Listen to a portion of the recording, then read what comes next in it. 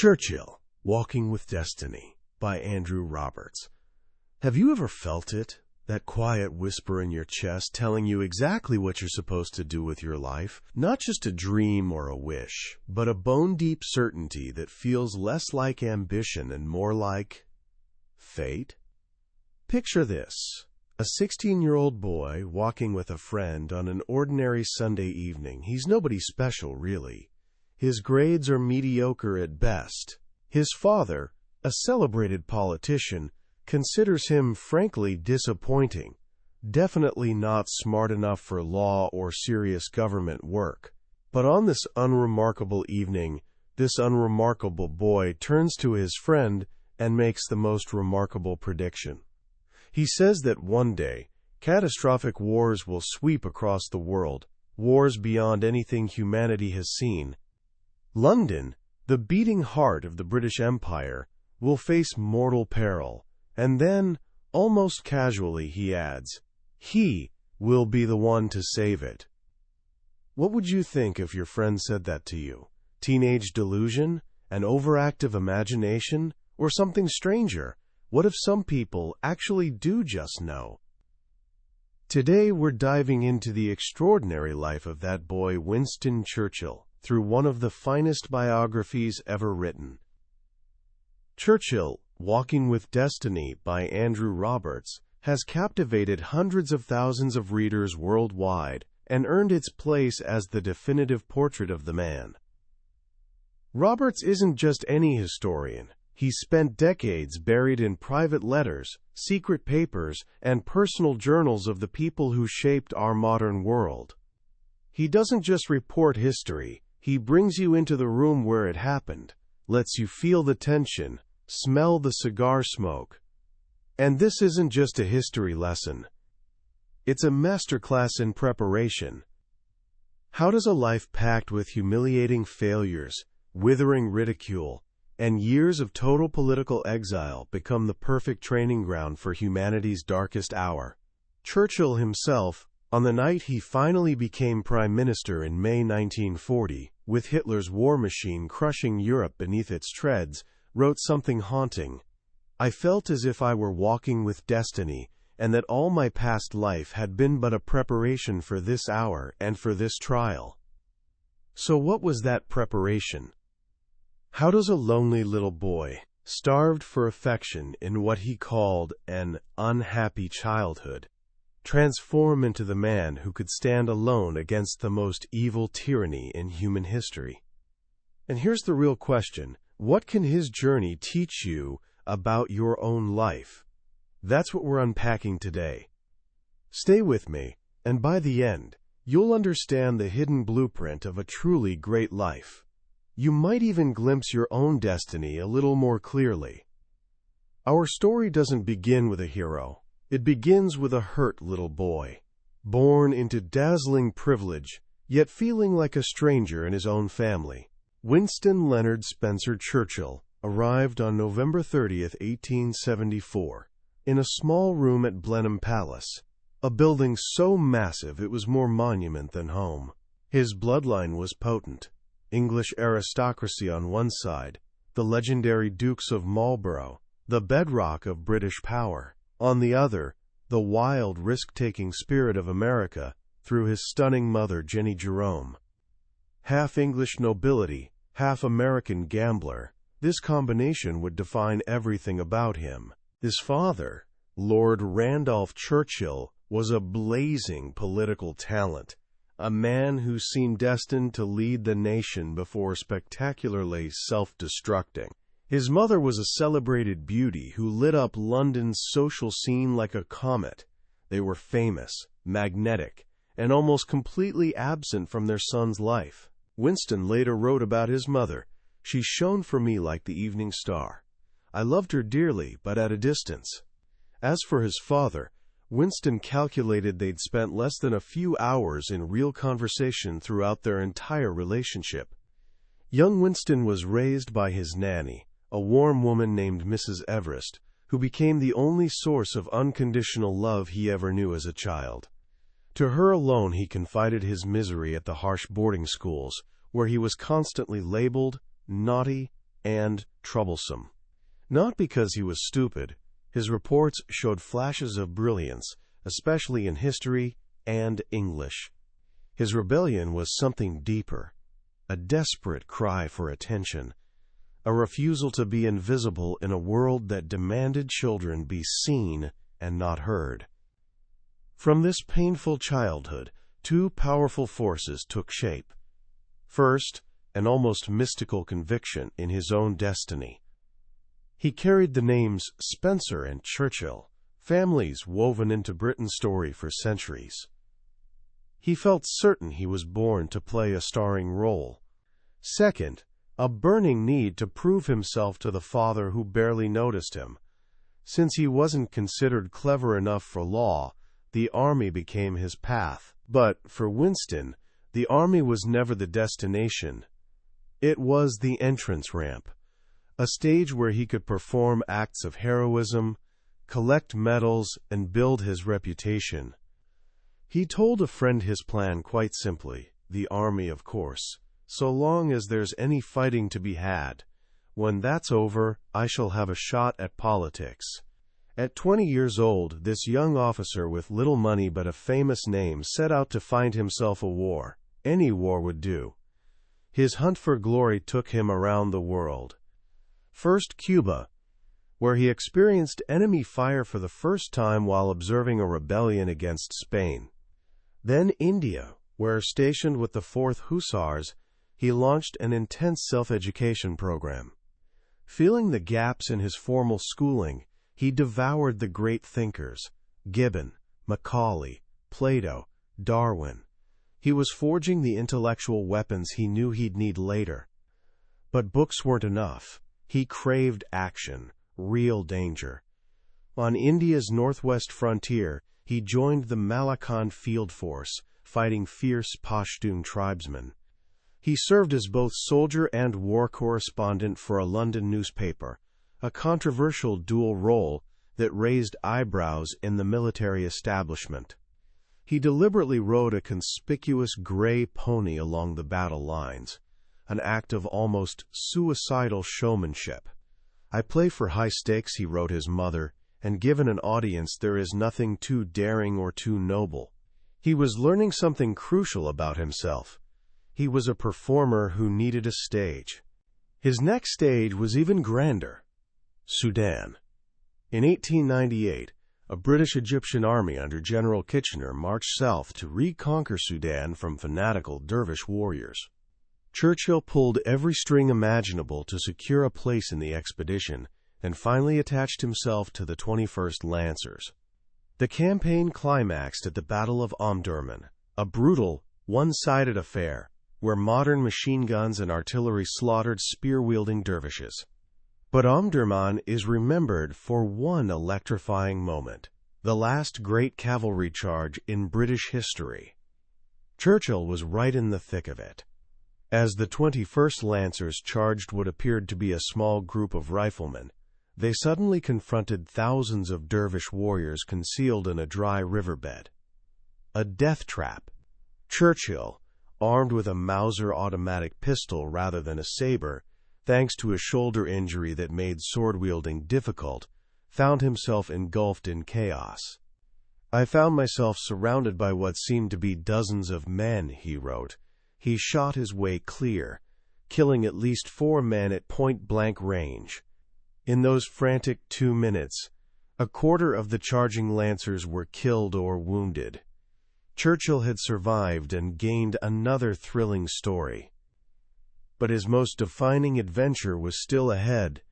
When the Boer War erupted in South Africa in 1899, he rushed to the action as the world's best-paid war correspondent. He was aboard an armored train on reconnaissance when Boer commandos ambushed and derailed it.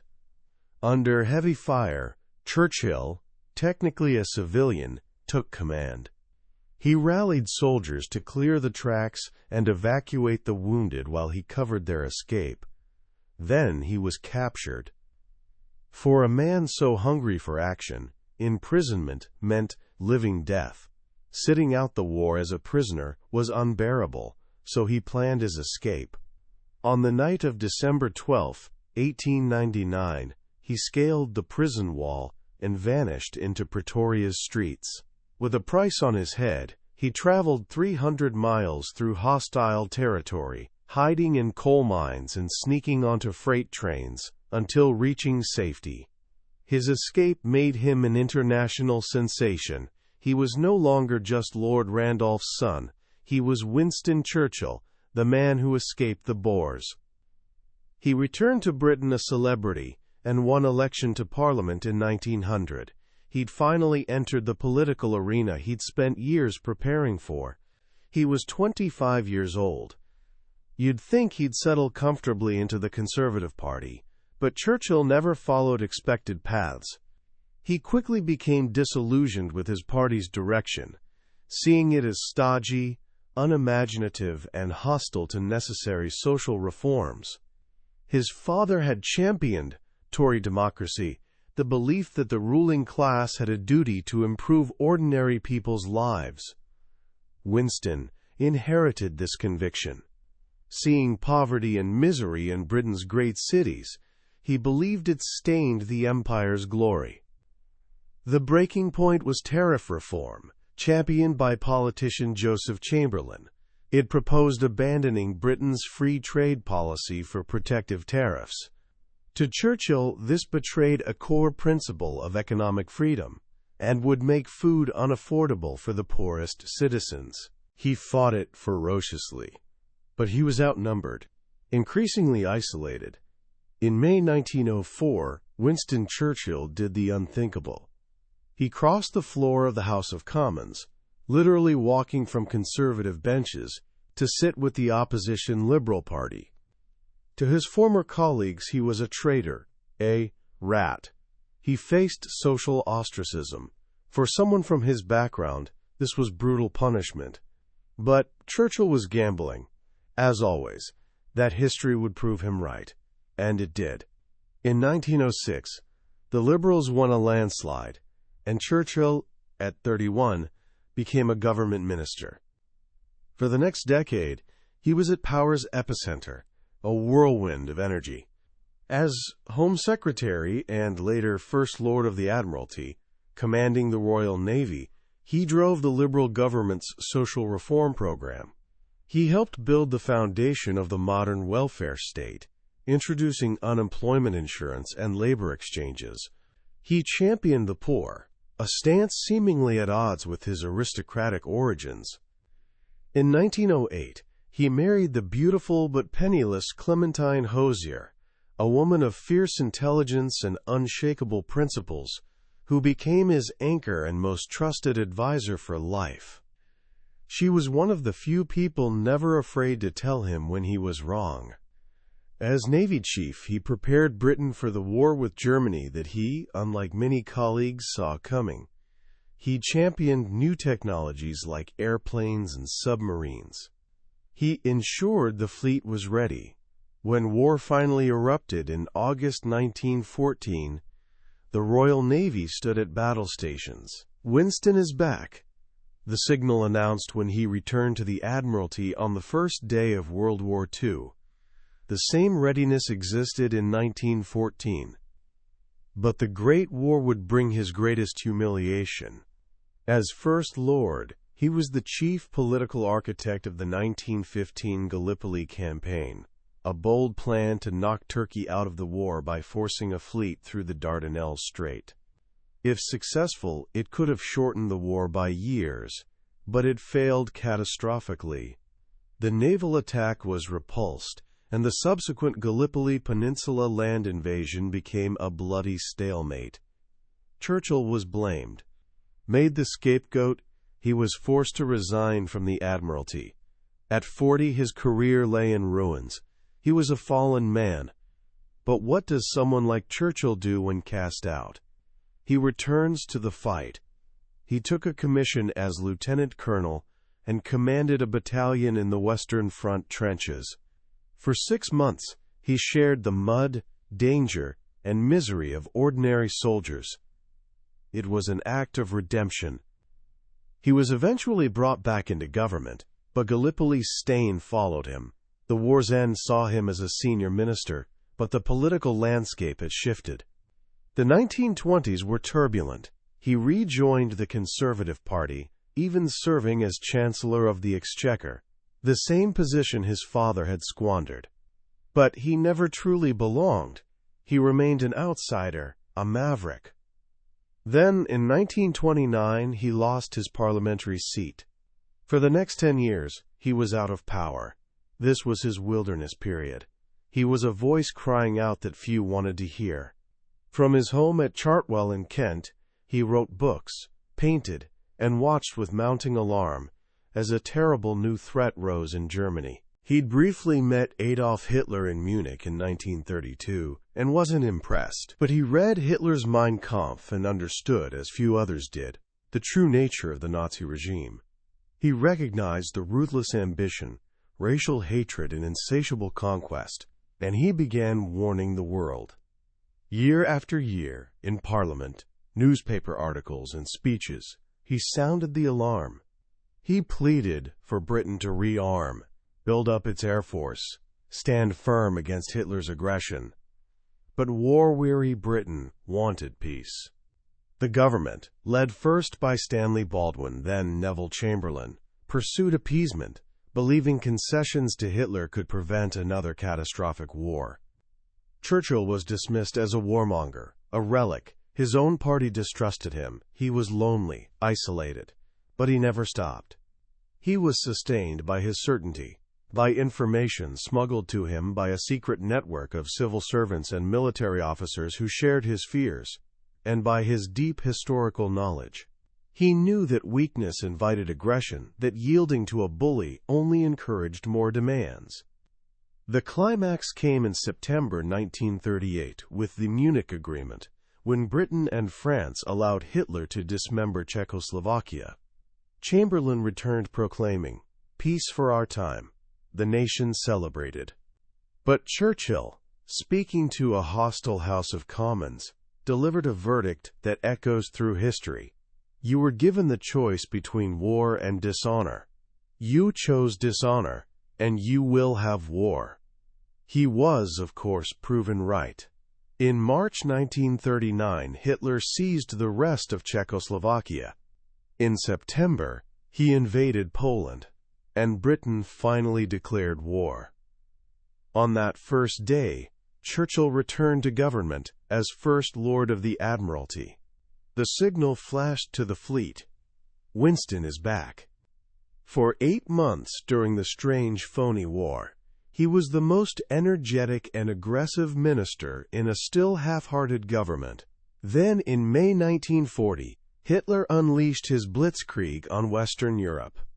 As Norway, Denmark, Holland, and Belgium fell and the French army crumbled, the House of Commons finally turned on Chamberlain. In the ensuing crisis, only one man could command the nation's confidence. On May 10, 1940, Winston Churchill, the man who'd been ridiculed, distrusted, and cast out, became Prime Minister.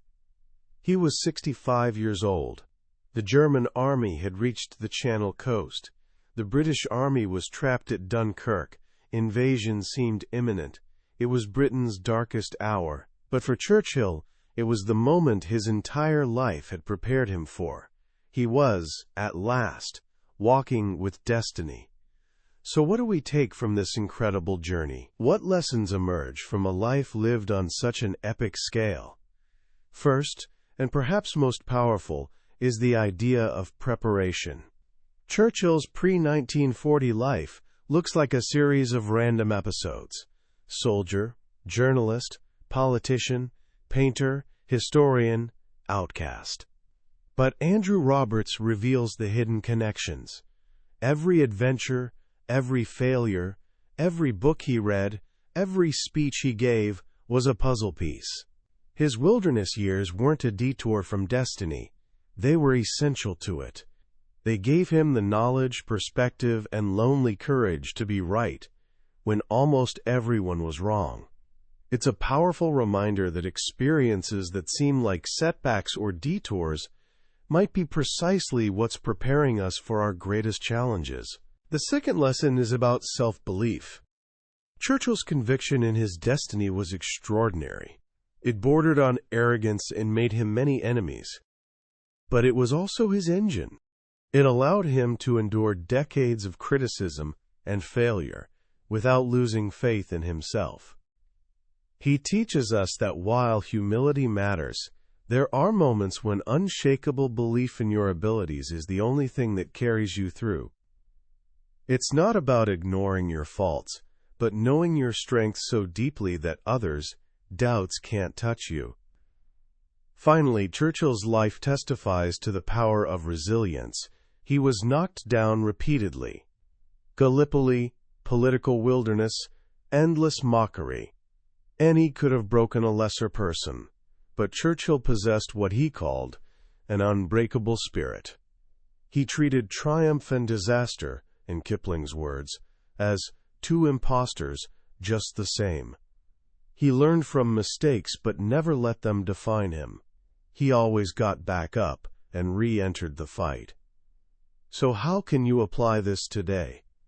First, become a student of your own life. Look at your experiences, successes, and failures, not as random events but as preparation. What are they teaching you? What skills are you building, even unconsciously? Second, cultivate your inner conviction. What's the one thing you believe you're uniquely suited to do? Nurture that belief. Feed it with knowledge, practice, courage. Don't wait for the world to validate you. Validate yourself. Third, embrace resilience. Understand that you will face setbacks. You will be misunderstood. You will fail. The question isn't whether you'll get knocked down, but whether you'll get back up. That was the book summary of Churchill, Walking with Destiny, by Andrew Roberts. We've touched on the grand sweep of this incredible life today, but a summary is like looking at a map of a mountain range. The real experience, the real wisdom, comes from climbing the mountains yourself. If any part of this story has sparked something in you, if you felt a connection to this man's struggles and triumphs, I genuinely encourage you to get a copy of this book.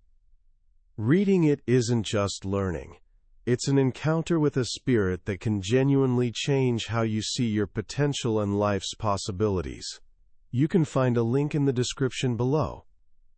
Also, if you found this summary valuable, please show your support by hitting that like button and subscribing to the channel so you won't miss our next journey into another life-changing book from the Billionaire's Bookshelf. Let's keep learning and growing together.